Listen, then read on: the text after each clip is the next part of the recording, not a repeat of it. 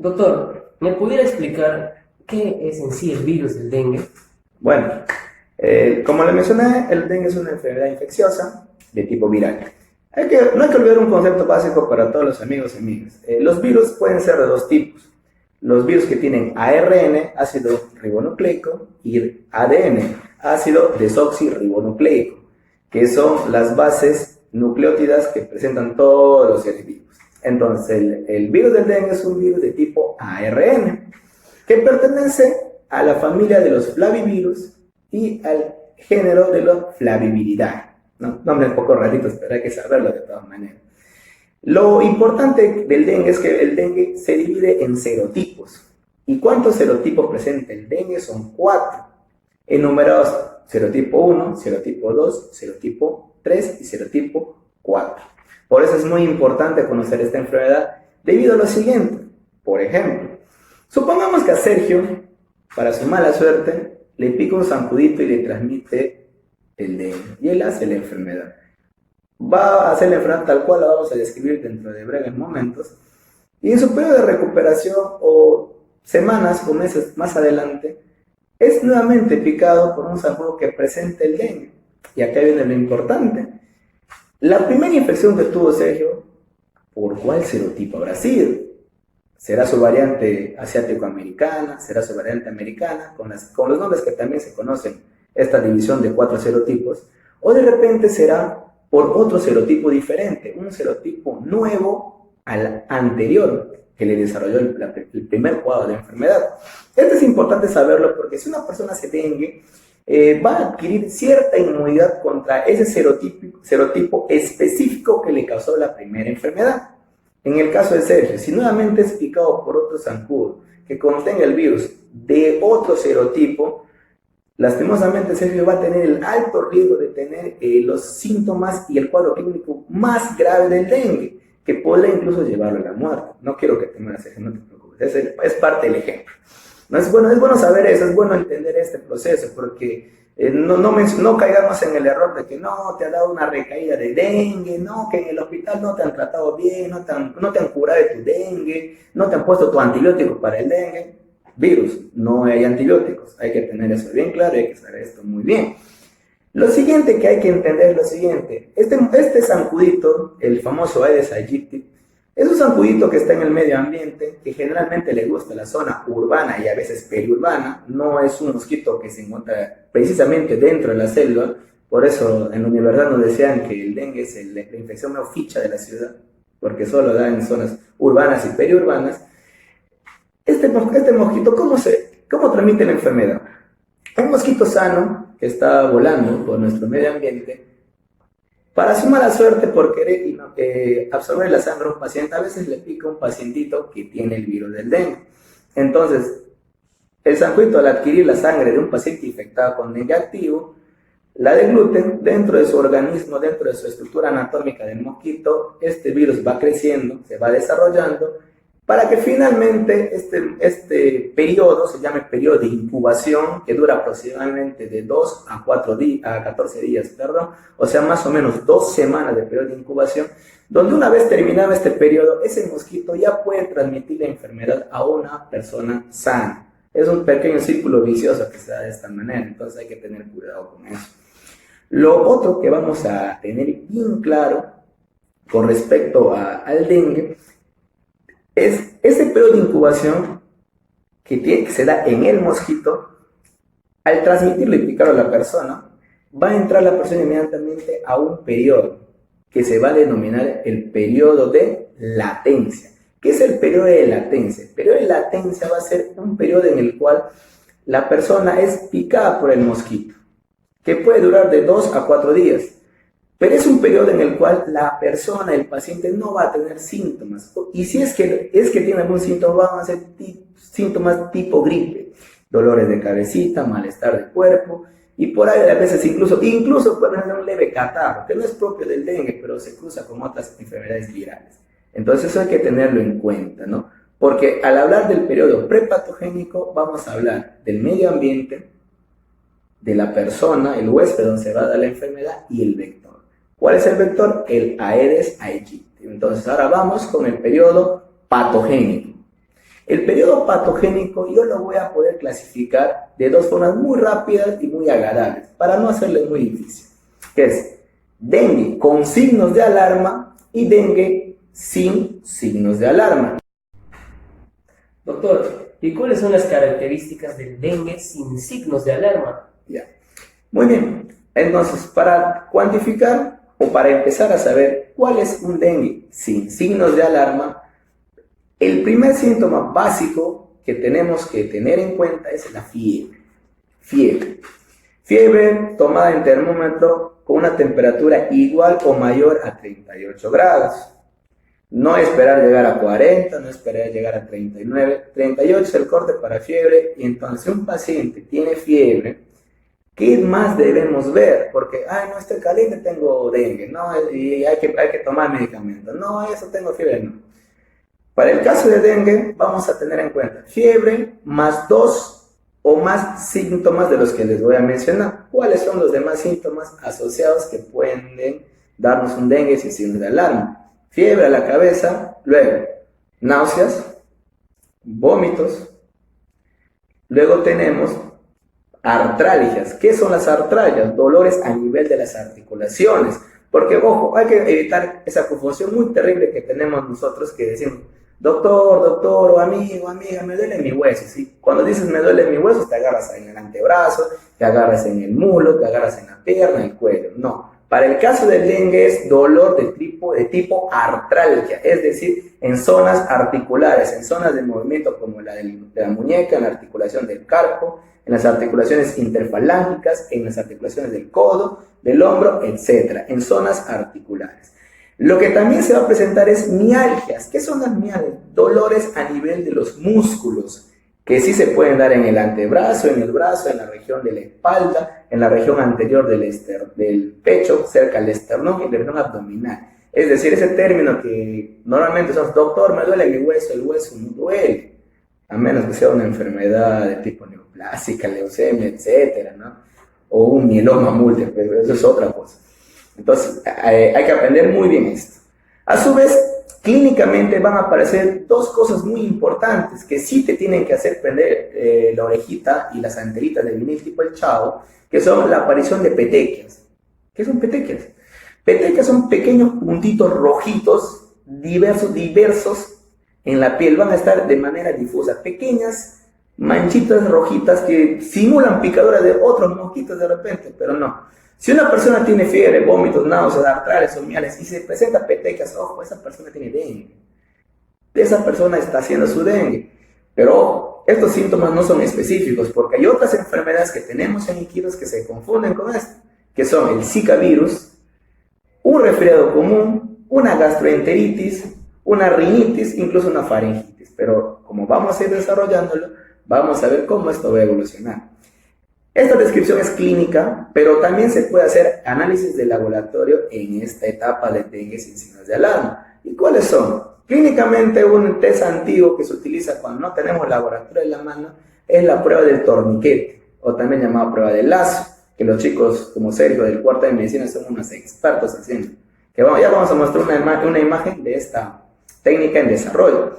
Luego tenemos a nivel laboratorial una leve alteración que puede estar presente como puede que no, que es la caída de la línea blanca, es decir, una leucopenia o leucopenia, disminución de los leucocitos. Pero esto no es una regla escrita, puede presentarse como no puede presentarse, pero sí es común ver una leve leucopenia en la etapa sin signos de alarma. Doctor, ¿y cuáles son las características del dengue con signos de alarma? Bueno, cuando ya hablamos de signos de alarma y el nombre lo dice alarma, peligro, cuidado, algo malo está pasando o algo malo va a pasar. Entonces, acá estos síntomas, si bien como los anteriores mencionados también son un poquito difusos, pero para eso es importante tu amigo o amiga que sepas, y gracias a este pequeño trabajo lo vas a conocer, cuáles son las etapas del dengue, para que no te confundas. Entonces, el primer síntoma que va a indicar gravedad va a ser un dolor abdominal. Un dolor abdominal de tipo continuo y persistente. Entonces, este dolor abdominal... Disculpe, pero, doctor... Dime, Sergio. El dolor abdominal también se manifiesta en la clínica de otras enfermedades. ¿Cómo pudiera diferenciar si es dengue o si es específicamente una enfermedad de la región abdominal? Bueno, excelente pregunta, Sergio. Eso es muy cierto. Si un paciente llega a la consulta de emergencias, una consulta externa, dice, doctor, tengo dolor abdominal continuo, me duele mucho todo el día, no me calma con nada. Obviamente, por eso es importante que nosotros, los médicos que te vamos a atender, conozcamos muy bien la historia natural de la enfermedad del dengue y que tú nos proporciones los datos adecuados desde cuándo te está doliendo, cómo te está doliendo, qué otras molestias has tenido o has presentado. Incluso aunque no sea un poco, a veces nosotros hacemos preguntas a los pacientes y los pacientes piensan, ese doctor es muy chismoso, quiere saber dónde vivo. No te preguntamos porque somos chismosos, te preguntamos porque geográficamente debemos ubicarnos en dónde vives para saber a qué enfermedades tú te estás exponiendo o estás expuesto por tu lugar de vida. Entonces, eso hay que tener en cuenta. Entonces, clínicamente el dolor va a ser focalizado en el hipocondrio derecho, cuadrante superior derecho del abdomen, dolor continuo, persistente, de alta intensidad. ¿Y cómo yo puedo determinar si no es, como dice Sergio, otra hepatopatía, como por ejemplo colangitis, una litiasis, un absceso hepático que puede darse, un absceso ameliano, Piocken? Pues en este caso, para este síntoma específico, yo debo utilizar mi ecografía abdominal, una muy buena ecografía abdominal, en la cual yo espero ver o debo buscar la pared de la vesícula. ¿Y qué debo ver en la pared de la vesícula? Si esta está engrosada. Si esto está engrosado, ya es casi típico, patognomónico, más la historia natural y los demás síntomas, que estamos frente a un dengue. Ya podemos diagnosticar el dengue con signos de alarma por engrosamiento de la pared vesicular. Pero para eso yo necesito, ¿qué? Mi ecografía o mi ecógrafo, una buena ayuda imagenológica. Pero obviamente la clínica también me va a soltar mucho este tema. ¿Entendió, Sergio? Correcto, doctor. Muy bien, seguimos. Mencionamos hace un momento náuseas y vómitos. En el dengue con signos de alarma también va a haber vómitos, pero ¿qué tipo de vómitos? Va a haber vómitos explosivos, tipo proyectil, vómitos que van a hacer que el paciente tenga la sensación de que está vomitando su propio hígado, que le está saliendo partes del cuerpo, que van a ser, como su nombre dice, proyectiles, con mucha potencia y mucha intensidad. A su vez, cuando el dengue se está dando con signos de gravedad y signos de alarma, va a pasar a nivel interno una alteración con las proteínas de la persona. La presión general del cuerpo, que se llama la presión arterial, así como esta tenemos dentro de los vasos sanguíneos, que son las arterias y las venas, una presión determinada por ¿quiénes? Por las proteínas. Entonces, esta presión de proteínas dentro de los vasos se llama presión coloidosmótica. Entonces, en el caso del dengue con signos de alarma, que ya nos está indicando gravedad, la presión de estas proteínas, de esta presión coloidosmótica va a caer, va a disminuirse, lo que va a permitir que el líquido que está dentro de nuestros vasos salga al exterior de nuestro cuerpo. Por lo tanto, el siguiente síntoma va a ser acumulación de líquido, formación de los terceros espacios en algunas zonas importantes del cuerpo que pueden poner en riesgo nuestra vida, como lo son el abdomen, los pulmones, edema pulmonar, edema en el corazón, un derrame pericárdico, hinchazón como le conocemos en la calle, edemas en los miembros inferiores, las manos, incluso nuestra carita, también se va a aumentar de volumen. ¿Por qué? Por alteración del virus a nivel de los vasos sanguíneos, tirando al suelo la presión coloidosmótica. ¿No es importante ver esto? Obviamente, para calcular esto, también para este síntoma y signo que vamos a ver, también necesitamos nuestra ayuda de exámenes para ver la determinación de las proteínas, cómo está nuestra albúmina, la proteína más importante del cuerpo, cómo están nuestras inmunoglobulinas y todo eso. Nos va a servir mucho. Luego tenemos lo siguiente. Mencionamos en los signos que no presentan gravedad o signos sin alarma, mencionamos petequias. En la etapa del dengue con signos de alarma, ya no tenemos petequias, tenemos sangrado. Sangrado que puede ser sangrado oral, de la mucosa o de la gingiva. En el caso de las damitas puede haber sangrado vaginal, metrorragia, que no tiene nada que ver con el ciclo menstrual, por ejemplo, por la fragilidad capilar y hay una alteración en el hígado, va a haber una alteración de la cascada de coagulación. muy importantes. Para eso también pedimos exámenes que nos ayuden a medir la coagulación, como el tiempo parcial de protrombina, el tiempo parcial de tromboplastina, y etcétera. Nuestro IRN también, ¿no es cierto? Muy bien. ¿Qué más va a tener el paciente? El paciente va a tener cuadros de letargia, cansancio, va a estar irritable. Lastimosamente en esta etapa del dengue con signos de alarma, también el hígado va a inflamarse, va a hincharse y va a ser palpable a 2 centímetros por debajo del reborde costal a nivel abdominal, lo que se llama una hepatomegalia. Si la hepatomegalia es persistente, secundariamente va a hacer que el vaso también sea grande, entonces podríamos llegar a tener una hepatoesplenomegalia. Peligroso, ¿no es cierto? Laboratorialmente, ¿qué es lo que va a pasar? Nosotros debemos fijarnos muy bien en 2 elementos de nuestra fórmula sanguínea, que son el hematocrito y las plaquetas. El hematocrito generalmente va a estar aumentado porque va a haber una hemoconcentración de sangre y líquidos dentro de la persona, como por lo que mencioné acerca de los derrames, ¿no es cierto? Nos damos cuenta que es importante. Y luego las plaquetas. ¿Qué va a pasar con las plaquetas? Las plaquetas van a caer de una manera catastrófica en nuestro paciente. El valor normal es de 150.000 a 350.000. Y normalmente en el paciente ya con signos de alarma las plaquetas están a menos de 80.000, menos de 90.000, menos de 50.000. El paciente está en riesgo de sangrar por cualquier orificio o abertura del cuerpo. Los ojos, el oído, la nariz, la boca, el ano, la vagina en el caso de las mujeres, ¿no es cierto? Hay que estar muy alertas y muy al tanto de esto. Entonces, esa es la clasificación típica del dengue, con signos de alarma, sin signos de alarma. Pero, ojo, tenemos una última clasificación que es cuando hablamos del dengue grave. Doctor, finalmente, ¿qué es el dengue grave? Bueno, el dengue grave, Sergio, es la etapa más crítica y más peligrosa de esta enfermedad.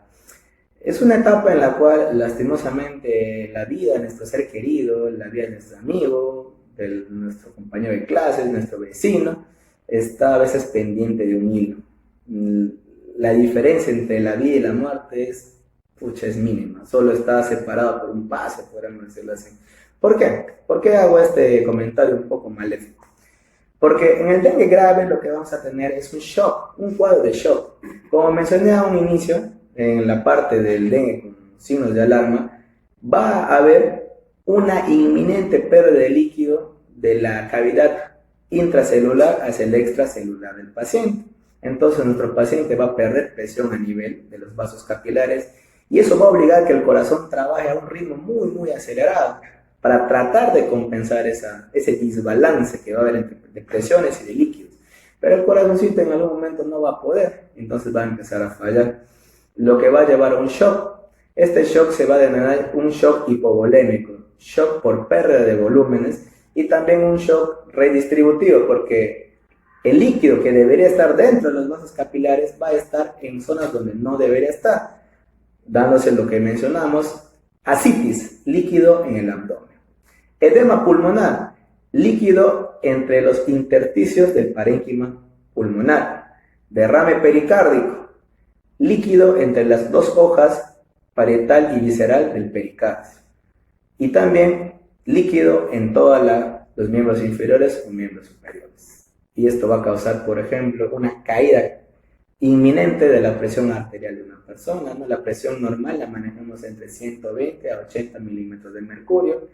La presión va a ser inferior a eso. El paciente puede estar con una presión de 60-40, 50-30, 70-40. Un paciente que se está chocando. Y si no se maneja esto oportunamente, esto va a ser peligroso.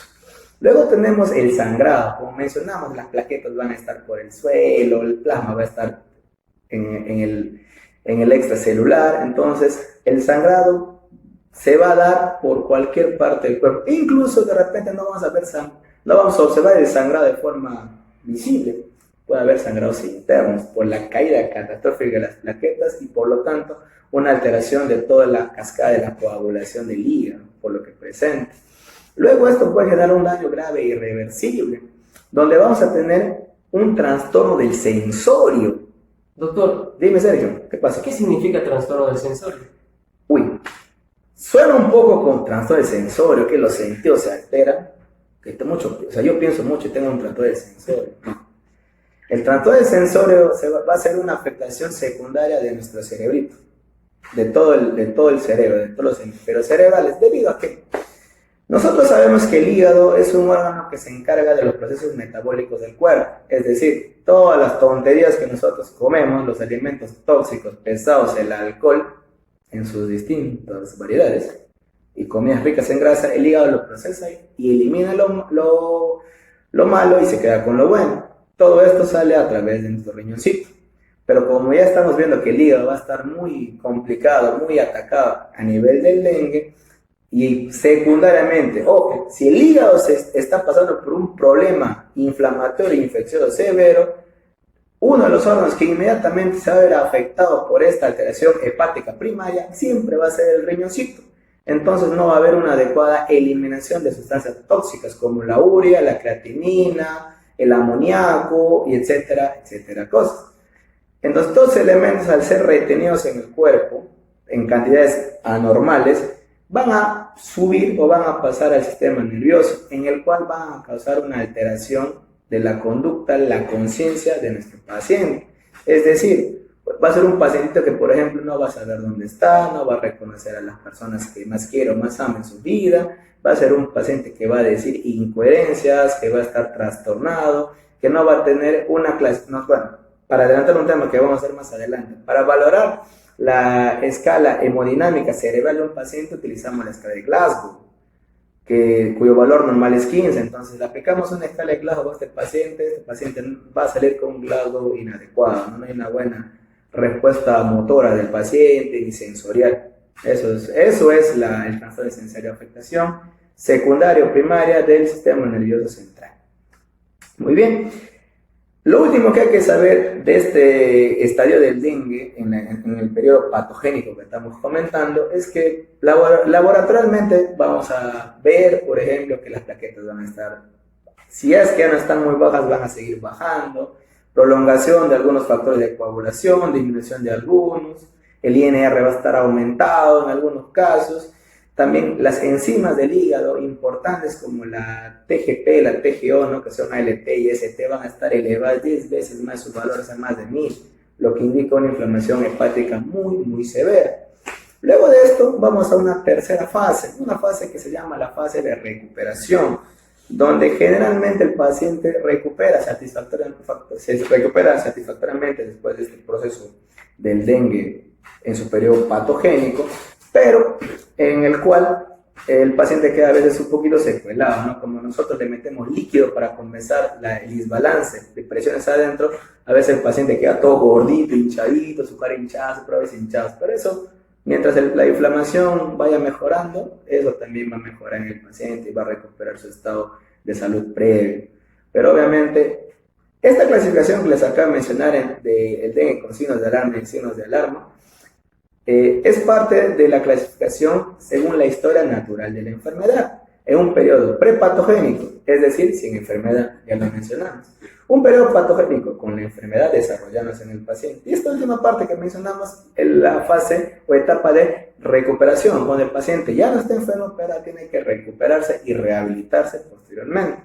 Lo que vamos a hacer a continuación es una clasificación estrictamente clínica y médica del dengue de acuerdo a fases. Doctor, ¿y cuáles son las fases de la enfermedad? Entonces, clínicamente, médicamente, de acuerdo a nuestro manejo, vamos a dividir el dengue en 3 fases. Fase febril, fase crítica y fase recuperativa. La fase febril, como su mismo nombre lo dice, va a ser la fase en la que va a haber fiebre. ¿Cuántos días va a durar esta fase? Generalmente dura de 1 a 3 días. No puede extenderse más de 3 días. Cualquier enfermedad infecciosa con más de 5 o 3 días de fiebre no es dengue, es cualquier otra cosa menos dengue. Entonces, ¿qué características vamos a tener nosotros en la fase febril? Fiebre mayor a 38, 39 grados, casi 40. Vamos a tener un grave cuadro de deshidratación en el paciente porque se va a secar, va a sudar y va a perder líquidos. Nuestras plaquetas y el hematocrito en la fase febril van a estar cuasi normales, sin mucha alteración. Y serológicamente, los marcadores serológicos del dengue recién van a empezar a elevarse un poquito, se van a elevar relativamente, pero no de una forma tan marcada, ¿no? Entonces eso hay que tener en cuenta. Luego pasamos a la fase crítica. Es una fase que se va a extender desde el día 3 de la enfermedad aproximadamente hasta el día 6 o 7 de la enfermedad. Día 3, día 6. ¿Qué es lo que vamos a tener acá? Que mágicamente la fiebre va a caer, el paciente ya no va a tener fiebre, entonces no va a haber deshidratación excesiva. Pero ¿qué va a haber? Va a haber lo que mencionamos en el periodo patogénico, va a haber shock, va a haber hemorragias y posiblemente fallas multiorgánicas. El paciente, si se va a morir en esta fase crítica, o sea, en el periodo patogénico. Acá, por ejemplo, vamos a tener aumento del hematocrito, disminución y caída de las plaquetas en forma grosera. Vamos a tener una elevación ya de la IgG e IgM más que todo, que es un marcador de infecciones de tipo agudo, donde vamos a tener que estudiar y vigilar al paciente con cuidados extremos. Luego tenemos la fase recuperativa, que se va a extender desde el día 7 hacia adelante hasta que el paciente se recupere, donde el paciente va a reabsorber los líquidos nuevamente, los líquidos que salieron al extracelular volverán al intracelular. Luego las plaquetas poco a poco van a ir ascendiendo y poniéndose en grado de normalidad y el hematocrito va a bajar de forma adecuada. ¿Ves? No es muy difícil, ¿no? Conocer este esquemita para todo estudiante de medicina como Celio que está en el 4º año y cualquier colega nuevo que está en su internado o que va a entrar al CERU, hay que conocer esto muy bien. Bueno amigos, espero no haberles cansado mucho con el tiempo de este video. Espero que les guste, hayan podido entender las cosas técnicas simples de esta enfermedad y mortal cuadro clínico que es el dengue. Espero que les haya gustado. De mi parte, traté de hacer el tema, yo sé que es complejo, pero traté de hacerlo lo más fácil y entendible para todos. Así es que muchas gracias. De mi parte, esto será todo por ahora, nos vamos a ver más tarde, pero mi amigo Sergio también se quiere despedir de ustedes. Hola chicos, nos vemos. Espero que les haya gustado la información.